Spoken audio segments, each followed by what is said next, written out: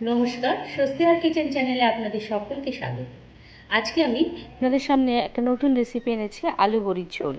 যদিও এই রান্নাটা খুবই সাধারণ এবং খুব কম সময়ের মধ্যে কম তেলে এই রান্নাটা হয়ে যায়, তাই আপনাদের সাথে এই রেসিপিটা শেয়ার করার জন্য এই রান্নাটা এনেছি।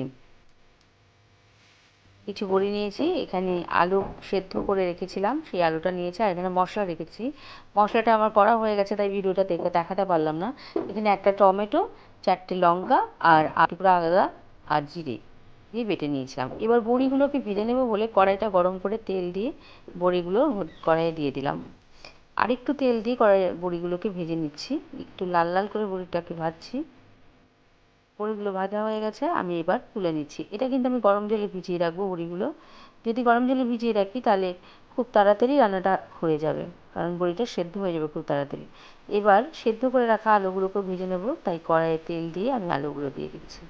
সামান্য লবণ দিয়ে দিলাম, সামান্য হলুদ দিয়ে দিলাম, দিয়ে আবারও ভালো করে নাড়াচাড়া করে ভেজে নেব।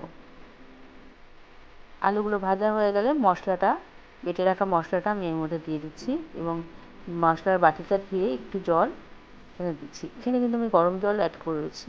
একটু লবণ, সামান্য একটু হলুদ এবং সামান্য একটু কাশ্মীরি লঙ্কার গুঁড়ো দিয়ে দিলাম, আর একটু চিনি এখানে দিলাম, দিয়ে ভালো করে নাড়াচাড়া করে নিচ্ছি। আর সামান্য একটু সর্ষের তেল এখানে শেষে অ্যাড করলাম। সর্ষের তেলটা দিয়ে আলুটা আরেকটু ভালো করে কষিয়ে নিলাম। এরপর গরম জলের মধ্যে ভিজিয়ে রাখা যে বড়িগুলো রেখেছিলাম সেগুলো এর মধ্যে দিয়ে দিচ্ছি।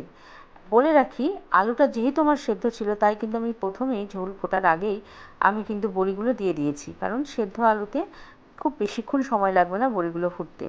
আপনারা যদি কাঁচা আলু এখানে ভেজে নিয়ে তরকারি করেন তাহলে কিন্তু আগে বড়িটা দেবেন না, আগে গরম জল দিয়ে আলুটাকে সেদ্ধ করে নেবেন, ফুটিয়ে নেবেন, তারপর আপনারা বড়িটা দেবেন, কারণ বড়ি সেদ্ধ হতে কিন্তু বেশি সময় লাগে না। দেখুন বড়িটা আমার সেদ্ধ হয়ে গেছে। এরপর এখানে গরম মশলাটা অ্যাড করছি। আপনারা গরম মশলা যদি না দিতে চান না দিতেই পারেন, তাতেও কিন্তু ঝোলের টেস্ট খুব একটা খারাপ হবে না, ঝোলটা কিন্তু খুব ভালো টেস্টফুল হবে, কারণ বড়ি স্বাদেই কিন্তু ঝোলের স্বাদটা বেশি বাড়ে। বড়িটা যত সুন্দর টেস্টি হবে ঝোলের স্বাদটাও কিন্তু তত ভালো হবে। এরপর আমার রেসিপিটা কমপ্লিট হয়ে গেছে। আপনারা এইভাবে চটজলদি কম তেলে এই রান্নাটা করে ফেলুন এবং ঝটপট গরম ভাতে খেয়ে ফেলুন। দেখুন কত সুন্দর লাগে এই রেসিপিটা। আর কেমন লাগলো অবশ্যই কমেন্ট করে কিন্তু জানাবেন। আমার এই রেসিপিগুলো আপনাদের যদি ভালো লেগে থাকে তাহলে স্বস্তিহার কিচেন চ্যানেলে আপনাদের সাবস্ক্রাইব করার অনুরোধ রইল, আর পাশে থাকা বেল আইকনে প্রেস করে অল বাটনে প্রেস করতে ভুলবেন না যেন। নমস্কার।